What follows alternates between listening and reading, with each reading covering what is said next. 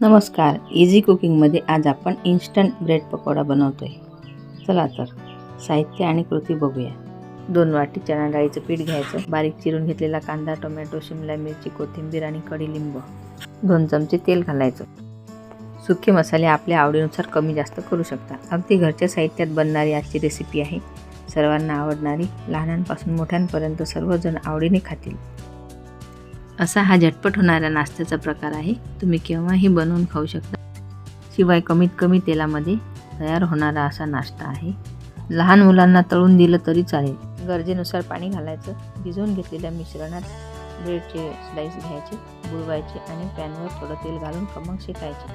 Tomato sauce सोबत खाण्यास तयार झालेले आहे। रेसिपी आवडल्यास लाईक, शेअर आणि कमेंट्स जरूर करा। रेसिपी बघितल्याबद्दल धन्यवाद। पुन्हा भेटू अशाच नवीन रेसिपी सोबत। तोपर्यंत नमस्कार।